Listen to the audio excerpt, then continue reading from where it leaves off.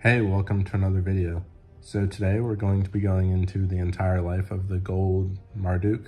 But before we begin, please be sure to like the video, subscribe to the channel, join the Sith Citadel Discord, link is in the description, and consider becoming a join member to support the channel.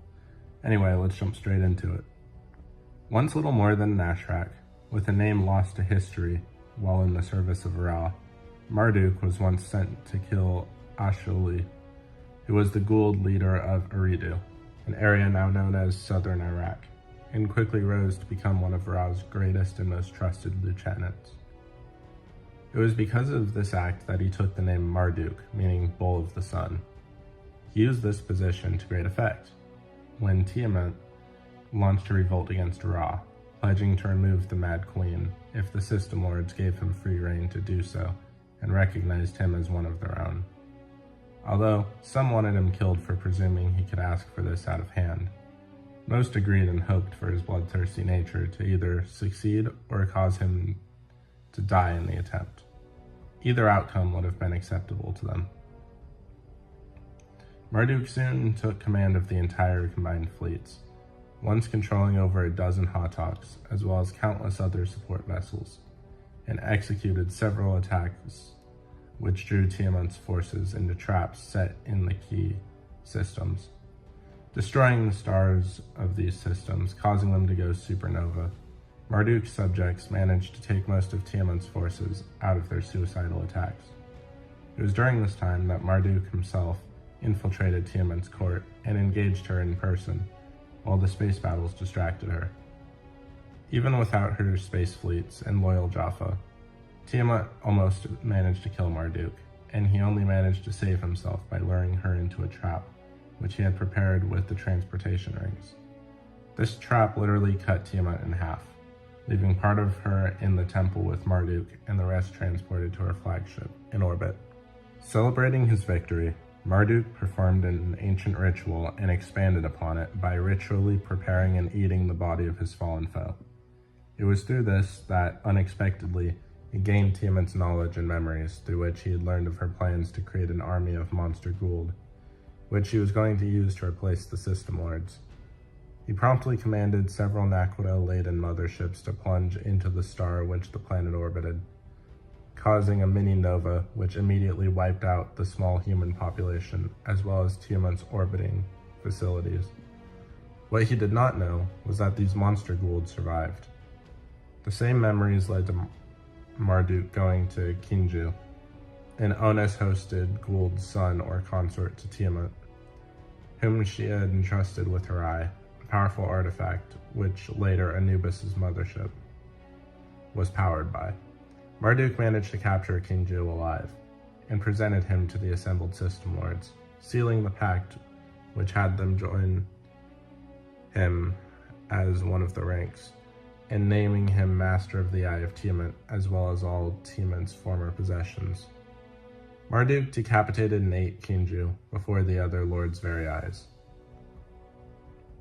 Starting his new empire, MARDUK expanded his following through Queen Zapani, one of Tiamat's daughters who he had spared.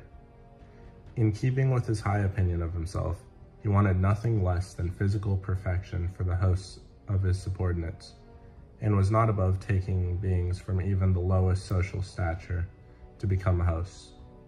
Some symbiotes rejected their hosts, however, and were promptly killed and served to others as an example.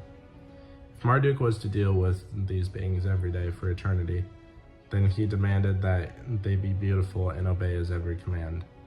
Because of this, Zarpani was kept busy creating replacements. The other System Lords, although acknowledging their debt to him, did not truly welcome MARDUK's rise to power. MARDUK took over several of his neighbors' territories, acting as if he knew them personally. While any spies sent by rival Goa'uld into his court revealed everything they knew to him, rather than reporting back to their own masters. Continuing to use cannibalism and other tactics which shocked and inspired fear in both his subjects and his enemies, he accidentally united his enemies in their denunciation of his barbarism. Despite this, many of the weaker lords feared that they would have taken him down if they openly opposed him. Powerful lords such as Ra and Kronos blocked any attempts to rally support against him, for as long as he continued to be of use to them, and Marduk soon counted over 100 Goa'uld kills, with even a few lords among them. At the height of his power, Marduk's planets included several naquadah mines, 2 entire shipyards, and even some trinium production facilities.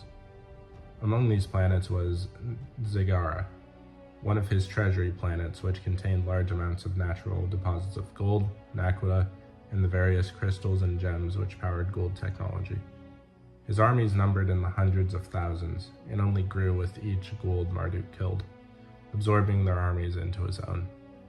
Marduk realized that his strength lay in the name which he had forged for himself, and so he often led his attack fleets personally in order to inspire awe in his allies and bring terror to his foes. He did, however, believe his entire forces to be utterly replaceable, and would often send many of his own ships to their deaths in order to achieve his objectives. After he had defeated the enemy, the resources and troops would be used to replace any that he had lost in those battles. Despite his total lack of compassion for his own troops, he would never overcommit them even in his days of madness, and was a shrewd general who picked his battles wisely, often attacking targets with lightning strike tactics, which would subdue the enemy immediately. These tactics worked especially well with primitive planets, which were only good for their human resources, where he could arrive, convert the people, and take whatever he needed with a minimum of fuss. Once he was successful, he would personally address the entire population through making extensive use of ring teleporters, which kept him from ever becoming a target for any length of time. However, brute strength would not always suffice to subdue an enemy, and Marduk knew this fact well. In these cases, he would use the ring transportation system to insert small amounts of his own troops into enemy key areas. This act often took years for him to build up a 5th column inside a foe of near equal stature to himself, such as when he defeated the Goa'uld Sin and their entire empire of the moon, but would enable him to have forces in place so that the enemy would not know that a blow was coming until Marduk himself appeared through concealed rings to deliver the fatal stroke. Any warriors who joined his forces quickly got used to these tactics, as he would often practice these lessons among them to instill loyalty. Even if this was not enough, his subjects were constantly reminded of all his past successes in glorious battle through an ingenious security system. Marduk's peltax, engine rooms, and other vital areas of both his ships and temples were marked with cuneiform representations of his defeats of Tiamat, among others, which would have some small parts out of order.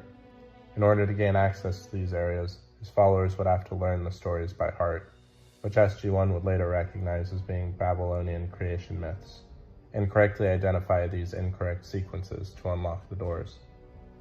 Outside transport systems would also have a key in some form of these myths to activate receiving stations inside Marduk's strongholds. Occasionally, he would allow his enemies to live, but on the occasions that he did, the hunger to consume their memories within him grew, and eventually became his primary focus.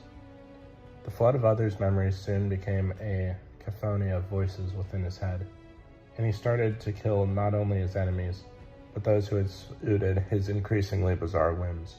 This caused his allies within the System Lords to no longer have any reason to support him, and even his own priesthood began to balk as any of them could be on his menu next. Seeking this opportunity, Marduk's son Bel encouraged a rebellion, which Marduk's own people, and even supplied them with a fitting punishment. Due to him being a cruel tyrant, eventually his own priests rebelled against him. He was locked in a sarcophagus on the planet P2X338, along with the Eye of Tiamat and a carnivorous creature that ate him alive, only to be healed by the sarcophagus, which in turn started the whole process over again. He eventually escaped into the creature, however, and ate his former host.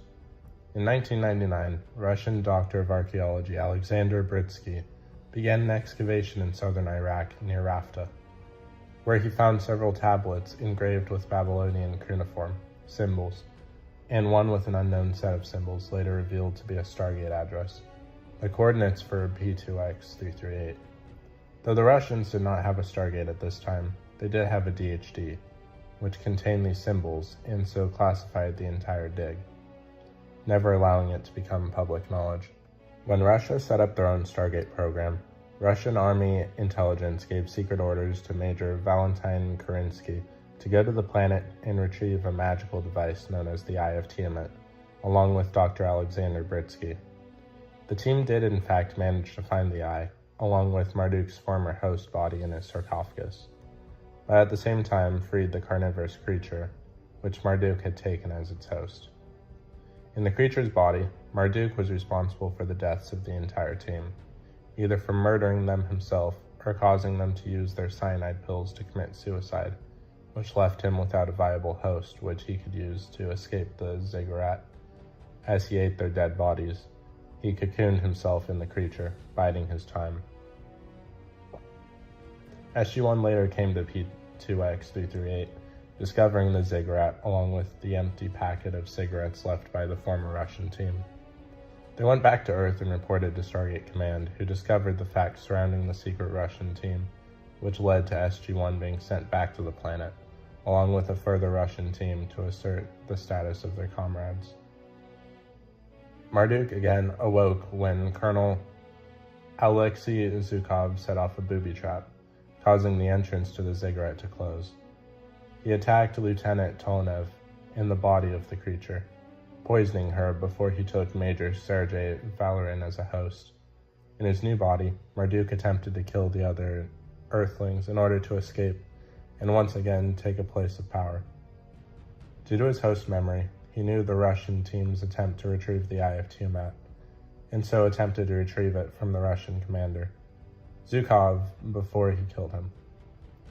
Zhukov seemed to be about to throw him the eye, but instead passed him a grenade, which had its pin pulled.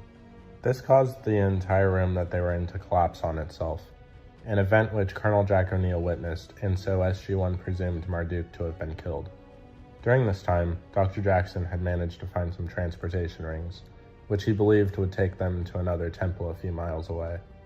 Marduk had survived the grenade, only losing the arm which had held the grenade, and managed to free himself from the rubble in time to discover SG1 just before they were about to ring out.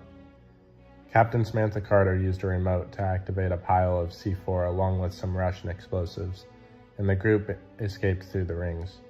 Marduk was thought killed when the explosive detonated, destroying the ziggurat and killing him. So what do you guys think of the entire life of Marduk? Please let me know in the comments down below. If you haven't already, please be sure to like the video, subscribe to the channel, join the Sith Citadel Discord, links in the description, and consider becoming a join member to support the channel if you so wish. Otherwise, I'll see you in the next video.